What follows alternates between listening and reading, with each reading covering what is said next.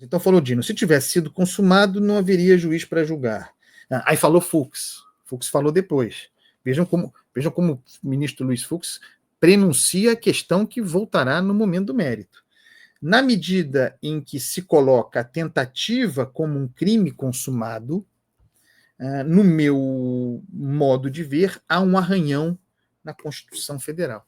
Fux fala, na sua manifestação, sobre não ter dúvida de que no passado, portanto, antes de haver essa lei de defesa ao Estado Democrático de Direito, de que no passado isso aqui não passaria, de que haveria uma série de ações de inconstitucionalidade diante da tentativa de fazer a tentativa ser um crime consumado. Mas ele diz, isso era no passado, agora está a lei.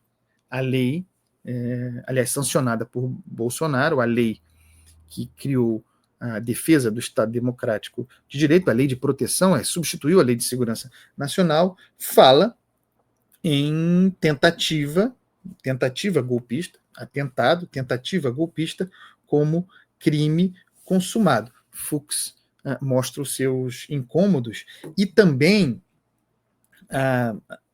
importante dizer isso, ele fala sobre uma espécie de sobreposição de tipos penais. Luiz Fux também antecipa isso como algo a ser debatido no momento do enfrentamento do mérito da questão.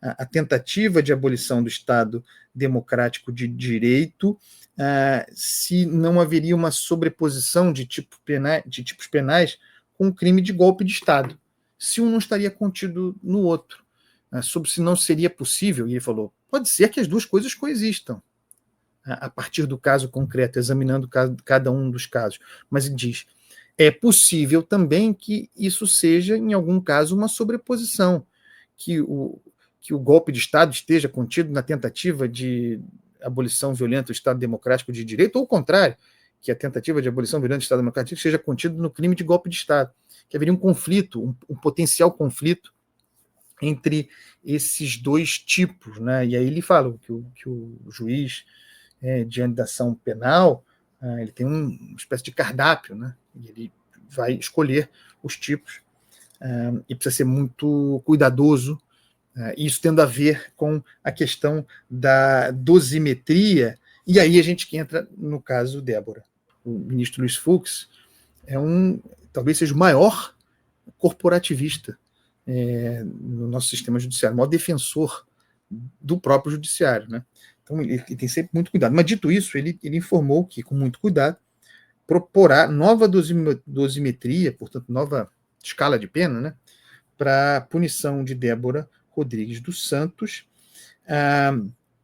E isso ele o faz se explicando diante das defesas feitas por Alexandre de Moraes e Dino, ele o faz que a forma da pena dada por Moraes a Débora, a dosimetria, repercutiu imensamente e, me parece, isso não é banal, abriu um campo para revisão de algumas penas dos peixes miúdos pescados até aqui pelo Supremo Tribunal Federal. E isso tem a ver com o julgamento agora da ação penal, que envolve o Bolsonaro, porque não são poucos os que acham que o sarrafo alto, elevado, excessivo, estabelecido, por exemplo, para a pena de Débora, tem como objetivo, se o peixe miúdo está aqui, condições políticas, né, de texto, para uma pena ainda mais dura, maior, máxima, a Jair Bolsonaro e os líderes. Se Débora... A Débora não é agente em golpe de Estado, nem em tentativa de abolição violenta do Estado Democrático de Direito, em associação armada. Porque tem um concurso de pessoas, né? Então tem uma certa baciada aí. Mas, olhando para o caso de Débora, não sendo indiferente ao caso da Débora, não que ela seja inocente, ela tem que ser punida pelo que ela fez.